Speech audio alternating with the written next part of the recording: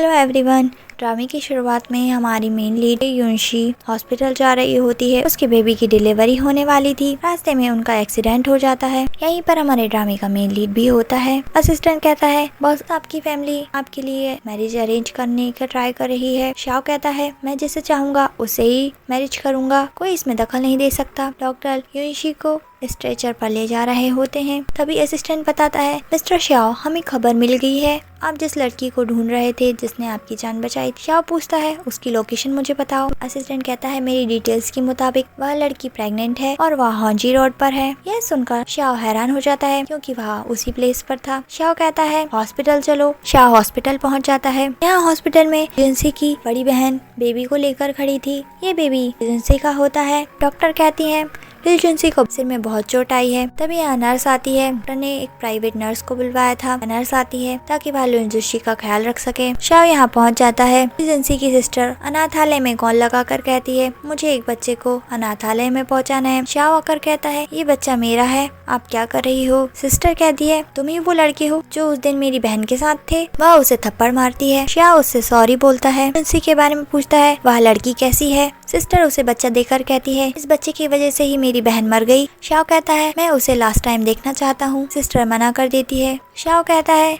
कम से कम मुझे उस लड़की का नाम तो बता दो। सिस्टर उसे गलत नाम बताती है। युनशी और शाओ दोनों का बेबी बड़ा हो गया था और वह बहुत इंटेलिजेंट होता है। उसे अवार्ड दिया जा रहा होता है। यहाँ तक कि एक प्रोफेसर आकर उससे सलाह मांगते हैं। शाओ अपने बेटे के लिए खुश होता है। नोनो कहता है डैडी मुझे मम्मी चाहिए है। शाओ कहता है बेटा तुम्हारी मम्मी लोगों को सेव करने में बिजी है। नोनो कहता है डैड मैं अब बच्चा नहीं हूँ, मुझे पता है मेरी मम्मी नहीं है, मैं चाहता हूँ कि आप मुझे एक मम्मी ला कर दो। असिस्टेंट उसे काफी सारी प्रोफाइल देता है जो शाओ के घर वालों ने ही पहुँचाई थी। शाओ कहता है ठीक है मैं इन लड़कियों से मिलने तो जाऊंगा मगर मेरी आइडेंटिटी इन लड़कियों को पता नहीं चलनी चाहिए। यहाँ युनशी के डैड उस पर चिल्ला रहे होते हैं। उसके लिए लिन फैमिली से रिश्ता आया था लेकिन उसने मना कर दिया। डैड कहते हैं मैं जानता हूँ तुम ऐसा क्यों कर रही हो। 5 साल पहले वो शाओ नाम का लड़का तुम्हारे साथ था ना, मैंने उसके बारे में सब पता लगवाया है। वो बहुत ही पुअर है, लिन फैमिली बहुत रिच है, तुम्हें हाँ बोल देना चाहिए। सिस्टर कहती है डैड ने उस बंदे पर इन्वेस्टिगेशन करवाई थी जो 5 साल पहले तुम्हारे साथ था। दरअसल युनशी की याददाश्त जा चुकी है। युनशी कहती है मेरा जिससे मन होगा मैं उससे ही शादी करूंगी। वहाँ से चली जाती है। डैड उस पर चिल्लाते हुए कहते हैं अगर तुम शादी किए बिना घर आई तो मैं तुम्हारी टांगे तोड़ दूंगा। यहाँ शाओ के पास 2 लड़कियाँ आती है इन्विटेशन कार्ड लेकर। वो दोनों ही लड़कियाँ अपनी अमीरी झाड़ रही होती है, साथ में शाओ को बहुत नीचे समझ रही होती है। नोनो को भी वो लड़कियां दोनों पसंद नहीं आती। नोनो कहता है मुझे ये दोनों लड़कियां पसंद नहीं है, मैं इन दोनों में से किसी को भी अपनी मम्मी नहीं बनाऊंगा। तभी यहाँ युनशी आती है। युनशी को देखकर शाओ हैरान हो जाता है। वह उसे पहचान भी जाता है। जैसे ही वह उसे उसके नाम से बुलाता है युनशी कहती है तुम मुझे कोई और समझ रहे हो। यह सुनकर शाओ हैरान हो जाता है।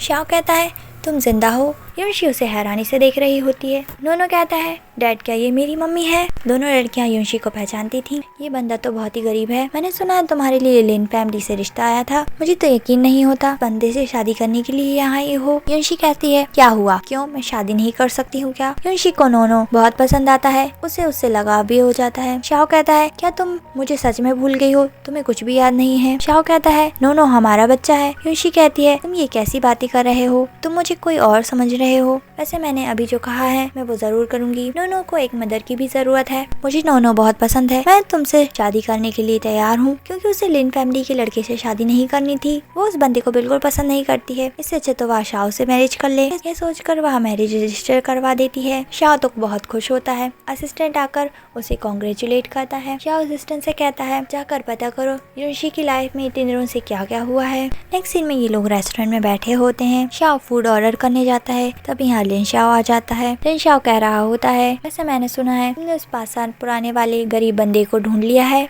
युनशी कहती है तमीज से बात करो, शाओ नोनो का फादर है। लिन शाओ कहता है तुम्हें इतनी जल्दी क्या है इस बच्चे की स्टेप मदर बनने की। नोनो को लिन शाओ पर बहुत गुस्सा आ रहा होता है। वह कहता है तुम मेरी मम्मी को बुली क्यों कर रहे हो, आकर उसे पुश कर देता है। लिन शाओ को उस पर गुस्सा आ जाता है, वह उसे मारने वाला होता है। तभी यहाँ शाओ आकर उसे रोक लेता है और उसकी अच्छे से धुलाई कर देता है। नोनो युनशी से कहता है मॉम आप चिंता मत करो, डैडी बहुत ही पावरफुल है, वो आपको किसी से बुली नहीं होने देंगे। युनशी कहती है शाओ जाकर शक्कर जरूर मेरे डैड से शिकायत करेगा। शाओ कहता है तुम्हें चिंता करने की जरूरत नहीं है। तभी इन लोगों का लंच आ जाता है। शाओ यूनशी का चेहरा साफ करने लगता है। यूनशी ब्लश करने लगती है। यूनशी के पास कॉल आता है, उसे घर बुलाया गया था। यूनशी जाने से पहले अपना कार्ड देकर जाती है। अगर तुम्हें पैसे की जरूरत पड़े तो मेरा कार्ड यूज कर सकते हो, क्योंकि वह उसे गरीब समझ रही होती है। यूनशी वहाँ से चली जाती है। शाओ नोनो से पूछता है तुम्हें तुम्हारी मम्मी कैसी लगी। नोनो कहता है मुझे लगता है वह मेरी ही मम्मी है। यहाँ डैड गुस्सा कर रहे होते हैं क्योंकि उनको पता चल जाता है यूनशी ने शाओ से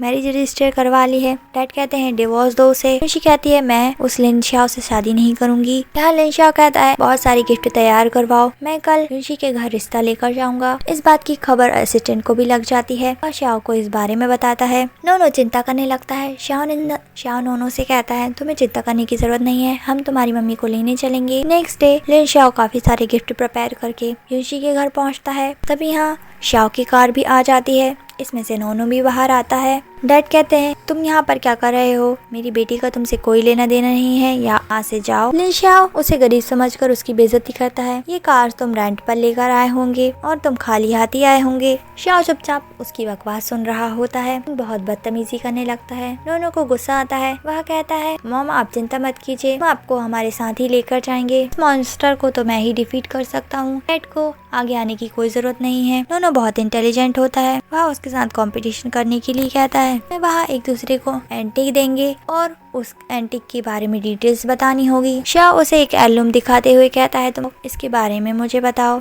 लिन शाओ को इस चीज के बारे में कुछ भी पता नहीं होता। लिन शाओ जब नोनो से क्वेश्चन करता है, नोनो बिल्कुल करेक्ट आंसर देता है। ये देखकर सब हैरान हो जाते हैं। तभी यहाँ पर लिन शाओ के प्रोफेसर आते हैं। लिन शाओ के प्रोफेसर मिस्टर चैंगी होते हैं, जो नोनो से सलाह लेना चाह रहे थे। वह नोनो को देखकर हैरान हो जाते हैं और उससे दोबारा मिलकर खुश भी होते हैं। यूनशी नोनो के लिए बहुत खुश होती है। मिस्टर चैंग लिन शाओ से कहते हैं ये बच्चे से तो मैं भी नहीं जीत सकता, तुम इससे क्या जीतोगे। लिन शाओ वहाँ से हार कर चला जाता है। डैड यूनशी से कहते हैं तुम अगर शाओ के साथ रहना चाहती हो तो इस बच्चे को जरूर ऑर्फनेज भेज देना। नोनो कहता है मुझे मम्मी डैडी दोनों के साथ रहना है। शाओ कहता है नोनो हमारे साथ ही रहेगा। यूनशी भी यही कहती है। डैड कहते हैं अगर तुम ऐसा ही करोगी तो हमारी लू फैमिली से तुम्हारा कोई रिश्ता नहीं है। डैड उन्हें वहाँ से जाने के लिए कहते हैं। यूनशी इन लोगों के साथ जा रही होती है। यूनशी सोच रही होती है ये कार तो बहुत ही महंगी लग रही है। नोनो कहता है मॉम आप क्या सोच रही हो। यूनशी कहती है कुछ नहीं, मैं सोच रही थी हम कहाँ जा रहे हैं। शाओ उसे हांजी रोड का बताता है। इसी जगह पर यूनशी का एक्सीडेंट हुआ था। उसके सिर में दर्द होने लगता है। शाओ उसे कहता है क्या हो गया है तुम्हें। यूनशी कहती है मैं जब भी इस जगह से निकलती हूँ मुझे बहुत अजीब सा लगता है। उसकी तबीयत थोड़ी खराब होने लगती है। थोड़ी देर बाद वह कार में आकर बैठ जाती है। ये लोग घर में पहुंचते हैं। यूनशी कहती है ये घर बहुत ही एक्सपेंसिव लग रहा है। शाओ उसे झूठ बोलते हुए कहता है मेरे फ्रेंड का घर है, वो यहाँ पर नहीं है, इसलिए मैं रह रहा हूँ। यूनशी उसकी बात पे विश्वास कर लेती है। यूनशी कहती है मैं जानती हूँ घर में रहना हमारे लिए आसान नहीं होगा, के लिए मैं रिस्पॉन्सिबिलिटी लेती हूँ। हमारी फैमिली के लिए मैं बहुत मेहनत करूंगी। उसे अपना कार्ड भी देती है। अगर तुम्हें किसी चीज की जरूरत हो मेरा कार्ड यूज कर सकते हो। यूनशी नोनो से पूछती है क्या तुम मेरे साथ सोना चाहोगी। नोनो कहता है नहीं, वह खुश हो सकता है क्योंकि डैडी आपके साथ रहना चाहते हैं। यह सुनकर यूनशी ब्लश करने लगती है, वहाँ से चली जाती है। नोनो डैड से पूछता है क्या हमें अभी भी अपनी आइडेंटिटी मम्मी से छुपानी है। शाओ कहता है क्योंकि हम हमारी आइडेंटिटी छुपाएंगे तो मम्मी हमारे लिए सॉरी फील करेगी। नोनो कहता है ये बहुत ही इंटरेस्टिंग है, बाद में मम्मी को सरप्राइज देंगे।